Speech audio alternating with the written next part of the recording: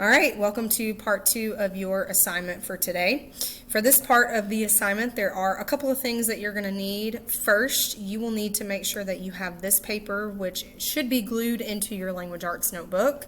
If it is not, there are extra copies on the black cart under the TV, and you are also going to need your pencil. So make sure you have both of those things. And once you do, we are going to jump in here and get started. Last week, we read this article together, Are Youth Sports Out of Control? We're going to read through it again very quickly just so that we're all on the same page for what we're going to be working on today. Many kids are getting serious about sports at an early age, but at what cost? Samantha Burkett was 4 years old when she fell in love with soccer. She loved the teamwork and the strategy. She loved the running and the feel of the ball on her foot. It made me so happy to play, says Samantha, who lives in Illinois. Soccer had my heart forever. By the time Samantha was in middle school, soccer had most of her time, too. She practiced 3 times a week with her club team. Tournaments took up weekends. Her team traveled to Missouri and Indiana, to Arizona and North Carolina. Soccer became far more than a fun extracurricular for Samantha. It became her whole world. Then, when Samantha was 15, she quit. In many ways, Samantha's experience is not unique. An increasing number of kids are joining travel teams that promise rigorous training, exciting competition, and elite status. Yet more than half of kids who play team sports will quit before high school. What's going on?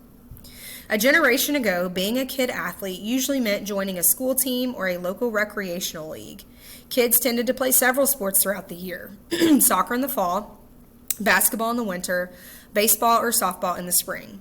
Sure, there were a few super serious, super talented players with dreams of going pro, but for the most part, team sports were about having fun, learning teamwork and discipline, and being active. Today, things are different.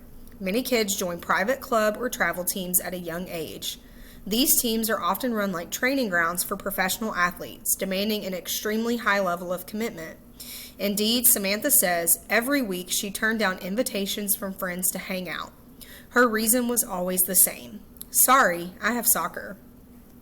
For kids who aren't as serious as Samantha, or who want to have time for other things like friends, family, or say learning to play the guitar, the sport they love can quickly turn into a grind. Many get frustrated and quit.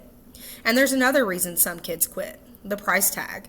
Between team and coaching fees, equipment costs, and travel expenses, families can easily spend more than $1,000 per season. For many, the cost is just too high. For Samantha, it wasn't the time or cost of her club team that led her to quit. It was injury.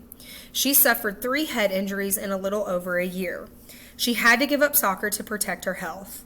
Quitting wasn't easy. In fact, it was devastating. I was always the soccer girl, she says. When that was taken away from me, I didn't know who I was. More than 3.5 million young athletes get hurt every year. According to a 2018 study, kids who specialize in one sport are 81% more likely to experience an overuse injury. These type of injuries come from doing the same activity over and over, and kids are especially vulnerable because their bodies are still growing. Doctors say playing more than one sport reduces the risk of these type of injuries. Travel teams certainly offer great opportunities for young athletes to hone their skills, compete at a high level, and form deep friendships. But what about kids who don't want to be so serious or focus on just one activity? Do they have to settle for watching sports on TV? No. Experts say kids should try more than one sport and play at the level that makes them happy. That might mean playing on a school team, or it might simply mean joining a pickup game at the park. As for Samantha, it's been 2 years since she quit soccer. She now competes on her school's tennis team, where she is less likely to get injured, and she loves it. But she doesn't regret all the time and energy she poured into soccer either. It was 100% worth it, she says. Okay, now that we've had a quick refresher on what that article was about, we are going to write a counter-argument paragraph together based on that text. Here is the prompt that we're going to be using to focus on today. It says, a generation ago, being a kid athlete usually meant joining a school team or a local recreational league. Kids tended to play several sports throughout the year, soccer in the fall, basketball in the winter, baseball or softball in the spring. Today, things are different. Many kids join private club or travel teams at a young age. These teams are often run like training grounds for professional athletes, demanding an extremely high level of commitment. For these reasons, many feel youth sports are out of control. What is your opinion on this topic? Are youth sports out of control? Write an editorial for your school newspaper in which you explain your position on this debate. Last week we did an activity where we cut out some different quotes from this article and we divided them into two categories. We had a category for youth sports are out of control and we had a category for youth sports are not out of control. When we did that activity, we learned that this article has a lot more information to support the side that youth sports are out of control than it had for youth sports are not out of control. So last week when we were practice writing body paragraphs, we took the side that youth sports are out of control. So for our counter argument today, I want you to remember that the job of the counter argument is to think about if someone was arguing against you, what would they say? And then how could you prove that wrong? So again, we took the side that youth sports are out of control.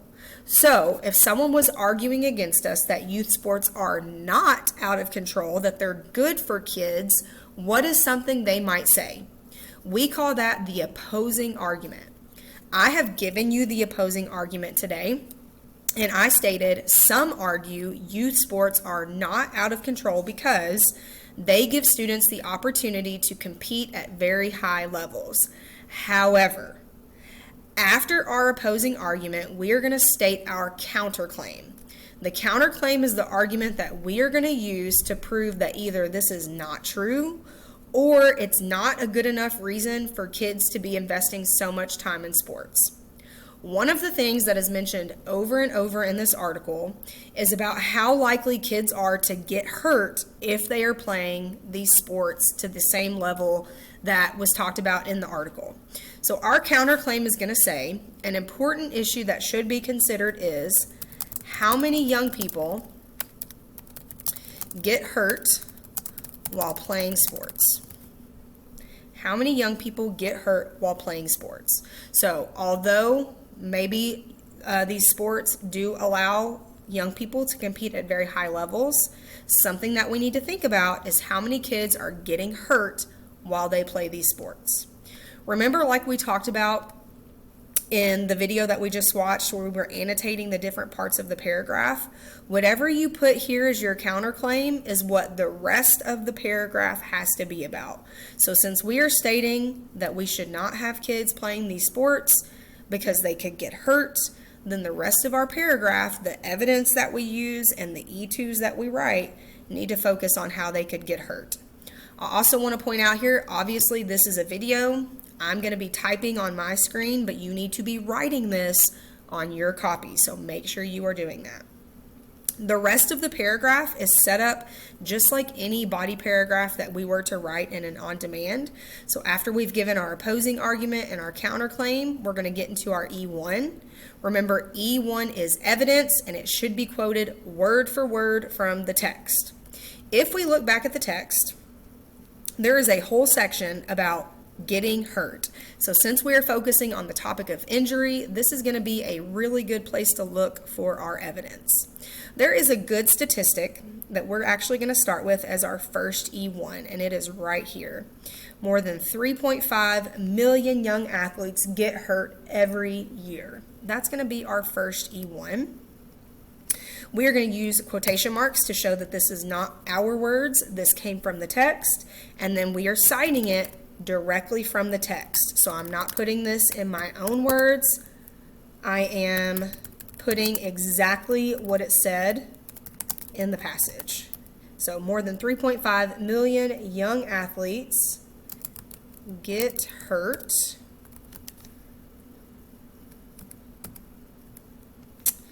let's see, every year.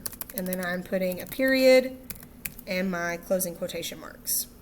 Pause the video to write that if you need to.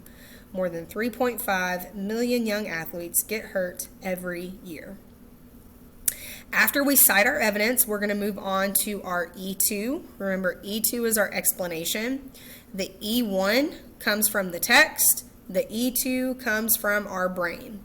A great way to start your E2 is, this evidence proves, and then in our own words, we're going to explain what this evidence shows our audience. So, if more than 3.5 million young athletes get hurt every year, this evidence proves that playing sports is very dangerous.